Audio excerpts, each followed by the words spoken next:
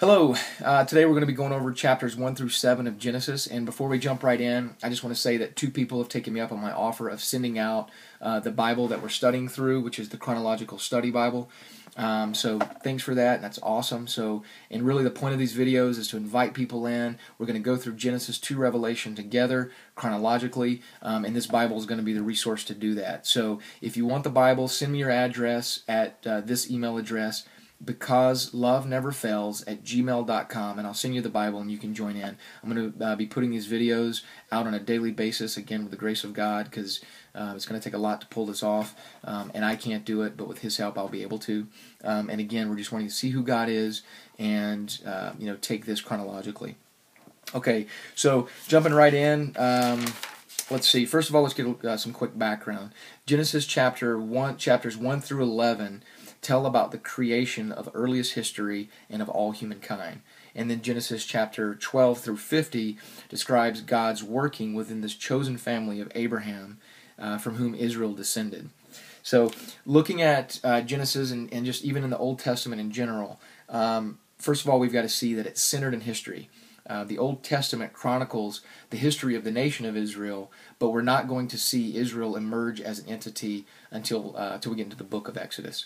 But again, it's God working through history. This is not an avoid, and the cool thing about it as well is, just to give us a frame of reference, the Garden of Eden that we're going to be looking at, that's all here in Mesopotamia.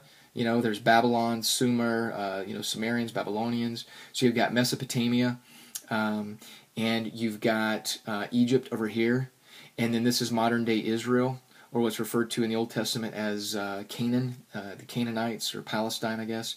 But because of the water, because of this route, this was the route between these two major civilizations. And so what we see going on in these two major civilizations is, they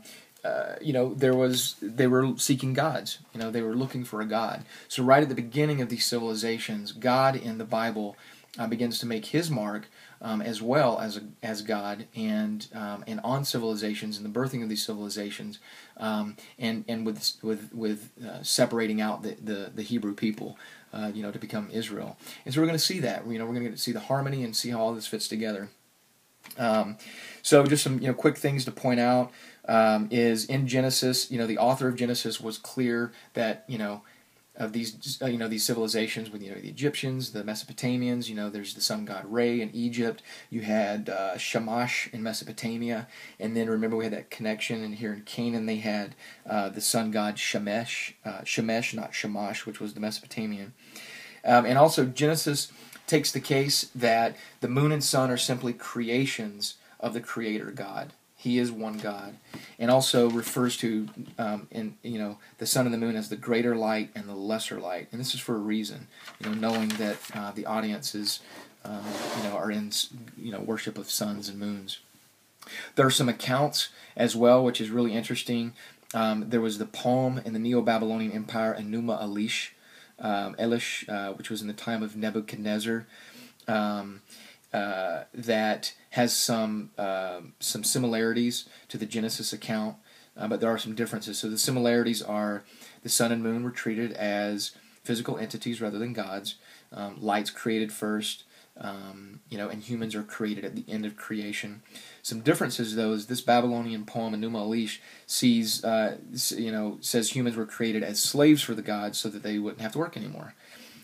Genesis has a much higher estimation of the worth of humanity, in that we're made in His image, and also we're given stewardship, which is an amazing thing. Some other quick accounts. There's this Sumerian kings list that kind of captures dates of these kings. There's the Gilgamesh epic, and also the story of Atrahasis. So here's the point in all of that. All of these accounts speak of a flood. The flood divides the history of the world. Things now are not as they once were. And also we see in these accounts that the ages of men decline after the flood. Because in Genesis, we're talking 800 years of age, 900 years of age, which is, pretty amazing. And to me it also kind of points out our arrogance in the scientific, technological age, when we look back on history as if somehow we're superior.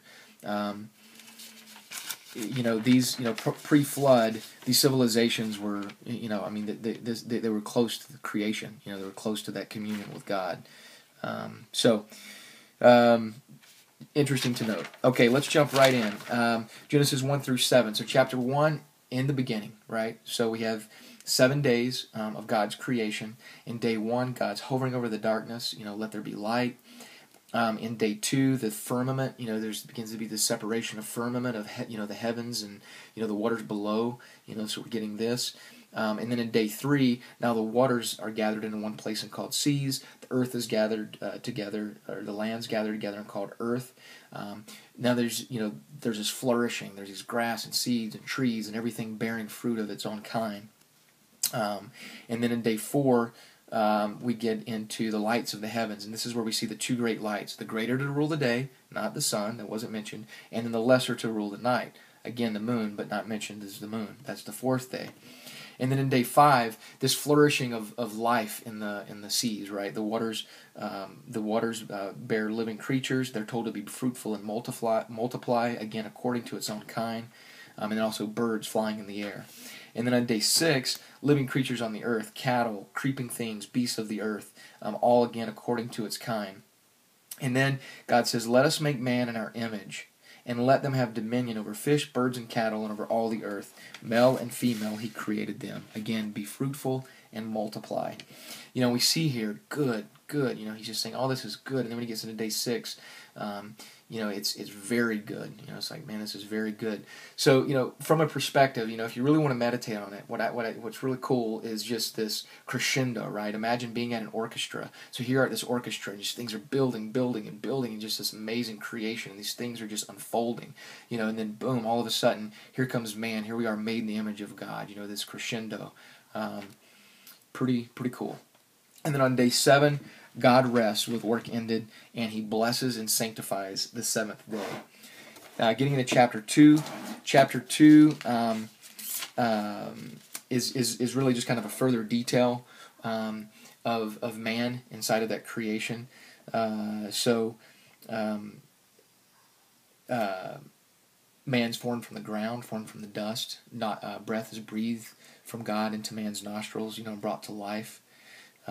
God plants a garden that he called, as Eden. And what's interesting here, and it just is, I don't have anything to say about it, is Adam is outside of the garden. And then God places Adam in Eden, which is, again, which speaks to stewardship. He's tending and he's keeping this garden, this communion, right? This walk with God, taking care of the creation, right? And then during this time period as well, Adam was naming all of the living creatures. So we see this taxonomy taking place, this original taxonomy. He's naming animals.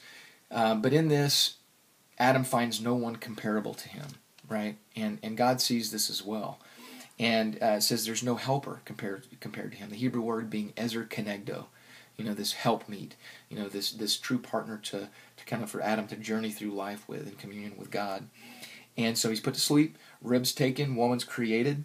And when he wakes up, verse 23 of chapter 2, he says, "This is now bone of my bones and flesh of my flesh. She shall be called woman, because she was taken out of man. Therefore a man shall leave his father and mother and be joined to his wife, and they shall become one flesh. And they were both naked, the man and his wife, and were not ashamed." Again, not ashamed. Naked, just vulnerable with each other, vulnerable with God. Just this precious, cool, just communion, right? And here we go, right into chapter 3, the temptation and the fall of man. So in chapter 2, God had said, hey, here's in this garden, here's everything you could possibly want, and you just eat of it. Enjoy it, eat of everything except for one tree, and that's the tree of the knowledge of good and evil. So in a positive context, eat it all except this one. And then right here in chapter 3, the serpent comes to Eve, and in a negative context says, "You shall not eat of every tree of the garden." Right? Look at the cunningness in that. And then he says, "For God knows that in the day you eat of it, your eyes will be opened, and you will be like God, knowing good and evil." As if God's holding out on us. So there's this, and we still deal with it to this day, right? I mean, just with questions. Why is God holding out on us? And then what I find interesting here too is that she also gave to her husband with her, and he ate. So Adam's kind of standing there watching this whole interaction between Eve and the serpent. is what I take from this. And I'm thinking, for me that speaks to what it is as men, right? Are we going to step up or aren't we? I mean, why didn't Adam step in and say no? And today, why do we not step in and say no? And then also, they once they did eat, they didn't realize they were naked. They're sewing fig leaves on themselves, putting these coverings. And, in themselves, now it's like self, right? It's like selfish me, I got to guard myself. And then God comes along and is asking, hey, where are you? And then again in the account, Adam is pointing to Eve. She did this. Where's that responsibility? And so God curses the serpent, curses woman, and curses man. The serpent is to crawl on his belly, eating the dust for the rest of his life. And there's also this enmity placed between the serpent and the woman. And so basically between your seed and her seed, God says. The curse on the woman is that she'll have pain in childbirth, and she's always going to desire her husband, right? There's going to be this, like, I got to have this relationship. I got to have it. I've got to have it with my husband. And then for us men, it's provision. We're going to toil with the sweat of our brow until we return to the ground. And so, here we are as men and women, just women always pushing in, having to have that relationship, instead of looking here.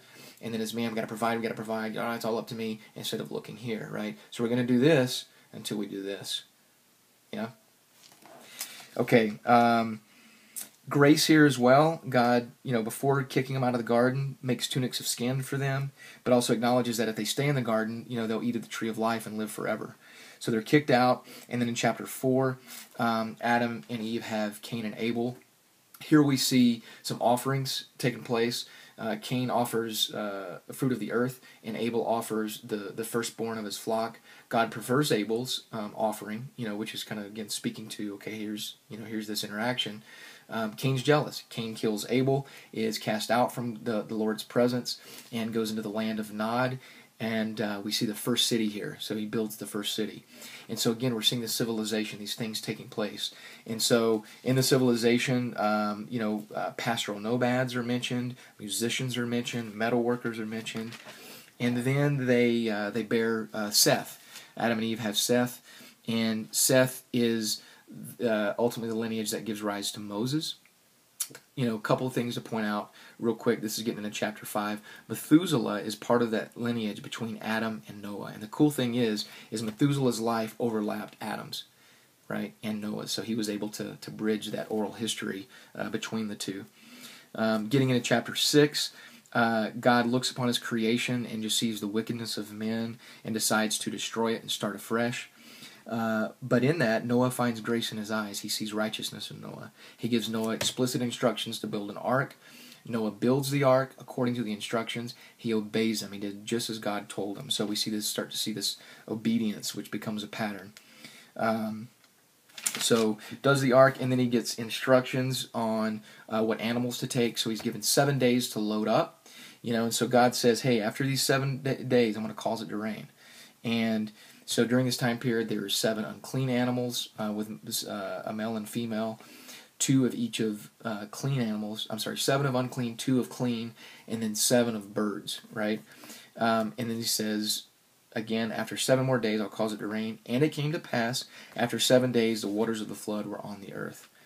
And all flesh died that moved on the earth. All right, guys. It came to pass. All right, so see you tomorrow.